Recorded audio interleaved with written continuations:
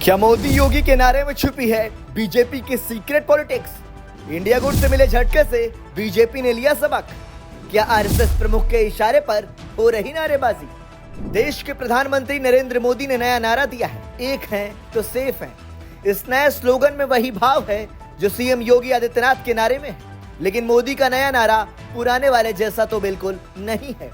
दरअसल केंद्र की सत्ता में आने के बाद भले ही चुनावों में प्रधानमंत्री नरेंद्र मोदी ने बीजेपी को वोट दिलाने के लिए लोगों को शमशान और कब्रिस्तान जैसी बहसों में उलझाते रहे हों, लेकिन बाकी दिनों में ज्यादा जोर सबका साथ सबका विकास पर ही देखने को मिलता रहा।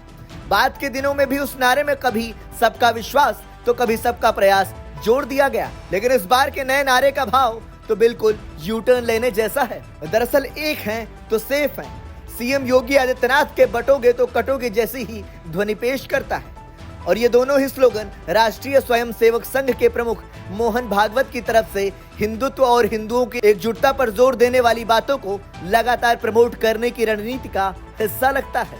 एक हैं तो सेफ हैं। चुनाव कैंपेन के तहत महाराष्ट्र के धुले पहुंचे प्रधानमंत्री नरेंद्र मोदी ने अपने नए नारे एक हैं तो सेफ हैं का मतलब मिसाल देकर समझाने की कोशिश की और कह रहे थे कि कांग्रेस द्वारा एक जाति को दूसरी जाति से लड़ाने का खतरनाक खेल खेला जा रहा है, और ये खेल इसलिए खेला जा रहा है क्योंकि कांग्रेस कभी दलितों, पिछड़ों, आदिवासियों को आगे बढ़ते नहीं देख सकती। प्रधानमंत्री नरेंद्र मोदी अपने तरीके से समझाने की कोशिश कर रहे थे और बोले, आजादी के समय बाबा साहब अम्बेडकर ने बहुत कोशिशें की थी, शोषितों वंचितों को आरक्षण मिले, लेकिन नेहरू जी अड़े हुए थे कि किसी भी कीमत पर दलितों, पिछड़ों और आदिवासियों को आरक्षण नहीं दिया जाएगा। तब जाकर बड़ी मुश्किल से बाबा साहब दलितों और पिछड़ों के लिए आरक्षण का प्रावधान करा पाए। नेहरू जी के बाद इंदिरा जी आई, आरक्षण के खिलाफ उनका भी वैसा ही रवैया रहा। उनका भी मकसद यही था कि किसी भी कीमत पर SC, ST, OBC को प्रतिनिधित्व न मिलने पाए। और फिर बोले, सोचिए अलग अलग जातियों में टूटने से आप कितने कमजोर हो जाएंगे। इसलिए मैं कहता हूँ एक हैं तो सेफ हैं। हमें एकजुट रहकर कांग्रेस के खतरनाक खेल को नाकाम करना है और विकास के रास्ते पर आगे बढ़ते रहना है। वहीं योगी आदित्यनाथ ने भी उत्तर प्रदेश के उपचुनाव को देखते हुए बटोगे तो कटोगे का नारा दिया था, जिसके बाद यूपी के अलावा महाराष्ट्र के कई शहरों में उनके स्लोगन वाले पोस्टर लगाए गए थे, और अब उसी बात को प्रधानमंत्री नरेंद्र मोदी ने अपने स्टाइल में बोलकर पेश किया है। दरअसल विधानसभा चुनाव प्रचार के दौरान अब इस बात पर कुछ ज्यादा ही जोर देखने को मिल रहा है और धीरे धीरे स्लोगन का मतलब भी साफ होता जा रहा है और इस नारे की अहमियत भी समझ में आने लगी है। जातीय राजनीति का असर। साल 2023 के आखिर में हुए विधानसभा चुनाव के दौरान पहली बार जातीय राजनीति पर जोर देखा गया था। चुनाव से पहले ही बिहार में जातिगत जनगणना की मांग उठी थी और चुनाव कैंपेन के दौरान राहुल गांधी कांग्रेस की तकरीबन हर रैली में जोर शोर से उठाते रहे, लेकिन कांग्रेस को तेलंगाना छोड़कर किसी भी राज्य में कामयाबी नहीं मिल पाई थी। लेकिन तब उसे लगा कि जातीय राजनीति कोई खास असर नहीं दिखा सकती।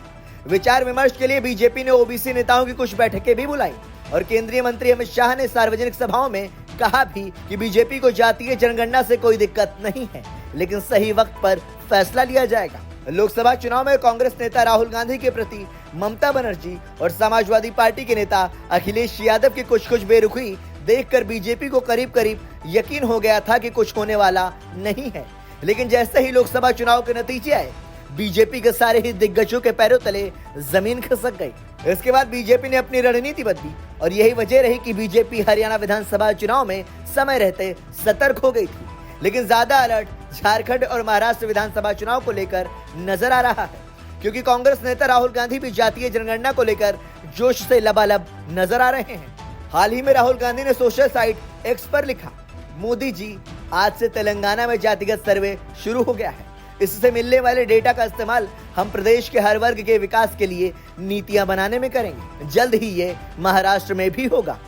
महाराष्ट्र में होगा लिखने का मतलब तो यही हुआ कि चुनाव में महाविकास अघाड़ी की जीत होगी और कांग्रेस गठबंधन की सरकार बनेगी। राहुल गांधी ने इसी बीच ये भी आरोप लगाया कि बीजेपी देश में जातीय जनगणना नहीं कराना चाहती।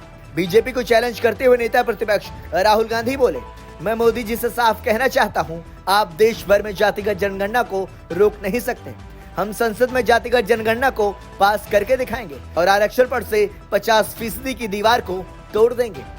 आपको बता दें कि राहुल गांधी ने नागपुर में संविधान सम्मान सम्मेलन में यह भी कहा था कि ये प्रक्रिया देश में होगी और ये दलितों, ओबीसी और आदिवासियों के साथ अन्याय को सामने लाएगी। जाति जनगणना का सही अर्थ न्याय है।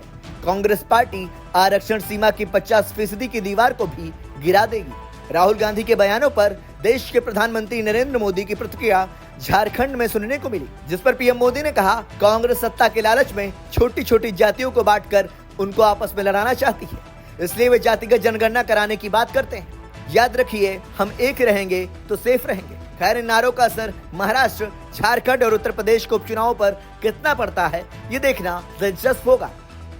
ब्यूरो रिपोर्ट, संदेश वाहक।